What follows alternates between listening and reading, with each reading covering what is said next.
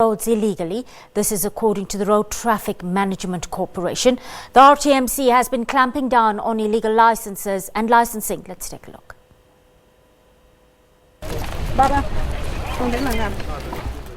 A blitz targeting driving license examiners, driving school owners, and driving license seekers, and caught red-handed with cash for a bribe. It's a common fact that we know that a driver's license in this station, they are paying close to 14,000 per driver's license. It will be shared equally amongst the driving schools and our officials. But the crisis is bigger. Total number of about 12,300,000 drivers that we have in our system. An amount of about 2 million of them are people who are not supposed to be in our roads. The RTMC says it will intensify its operation nationwide.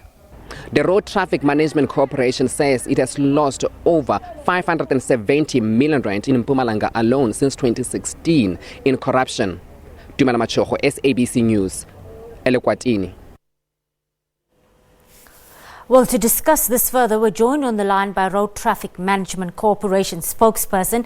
That's Mr. Simon Zwane. Good afternoon, Simon. Always a pleasure having you on the line with us. Thank you very much for this opportunity. Simon, what's the latest on the raid in Mpumalanga? What are some of the common offences we are seeing, and how many arrests so far, Simon? From yesterday, we arrested only 3 officials. But taking into account last week's arrest, that will bring now, last week in Standard Tone, on the Friday we arrested 8, but we later on arrested another one, so that's 9. So it's 12 people already arrested in Mpumalanga alone. There are more investigations going on, and we're hoping to make further arrests as the time goes. Simon, I just want to ask you, what makes Elukwatini testing station so vulnerable to this type of crime? Elukwatini is in a peri-urban area. All their systems are manual, and that's what makes it so vulnerable. That station has actually, for all intents and purposes, been captured by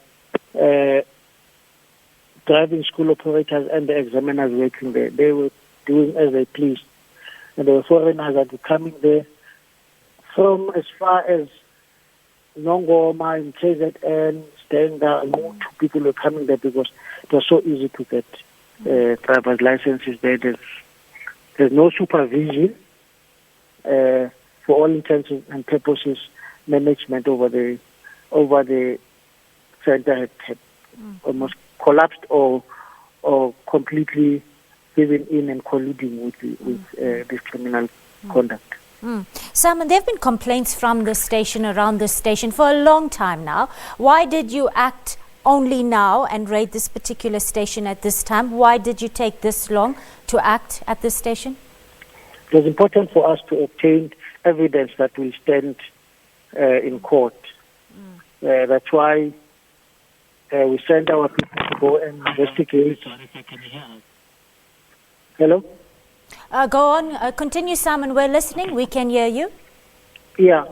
We wanted to identify all the role players so that when we take them to court, we'll have a strong case against them. We are aware of other stations in Mpumalanga where there are complaints, and we're obtaining evidence because we don't want to arrest people and then they come out the next day because of lack of evidence. We want to have a strong case that stands a test of time in court and people get convicted. Are we likely to see these kind of raids roll out in other parts of the province and indeed neighboring provinces as well, Simon?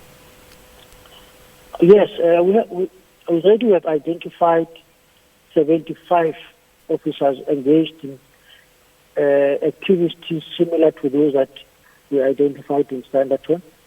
But there are other investigations currently underway in other parts of the country on other criminal conduct.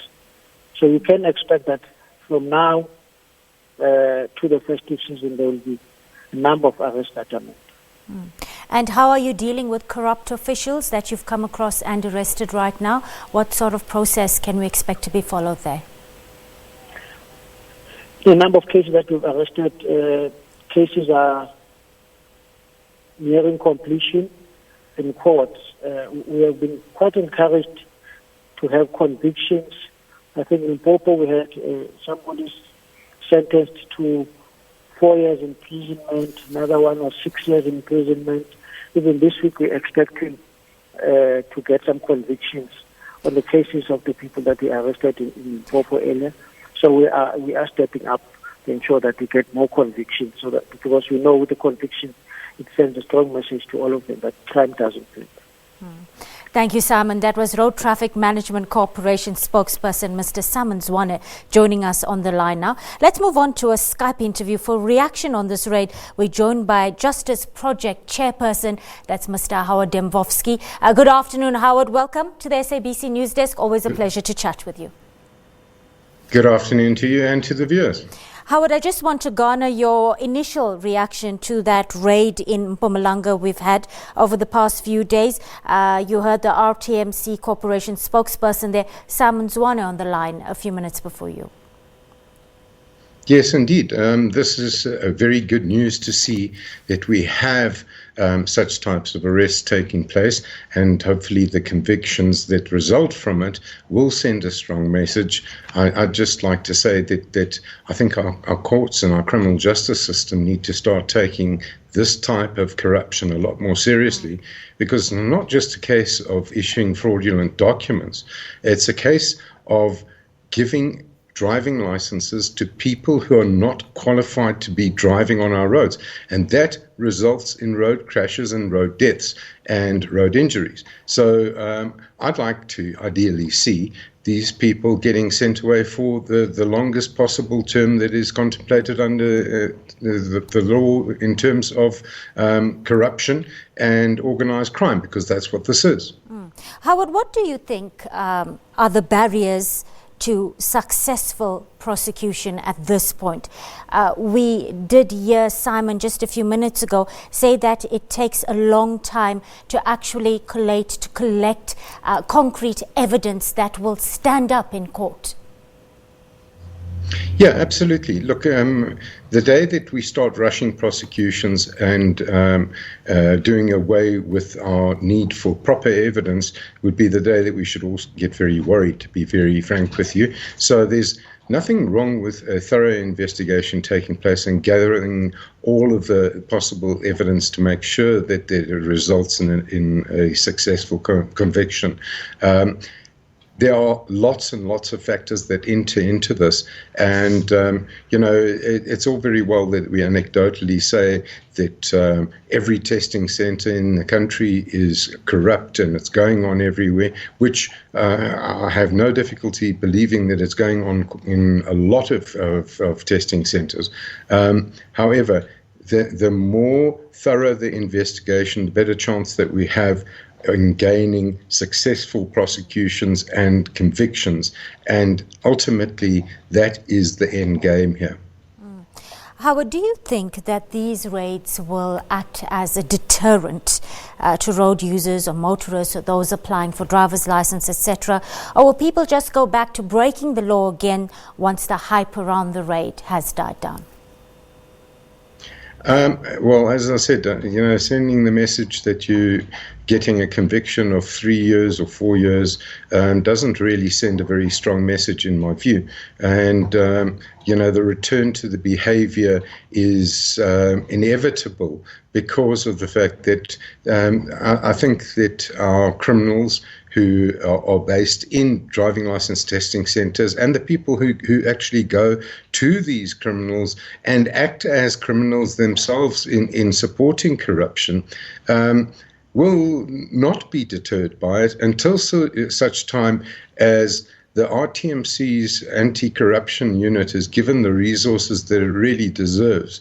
And quite frankly, those resources would be taking their numbers and timesing it by 100 because they really are overworked and they don't have the resources to tackle this problem effectively. We've been talking about this since 1998, and yet now in 2019, a few arrests happen every now and then, but it's nothing in comparison to the number of people who engage in this kind of corrupt activity. So, as I said, the RTMC's anti-corruption unit and the Hawks need to band together, and their numbers have to be strengthened if our government is going to take road safety and road deaths seriously.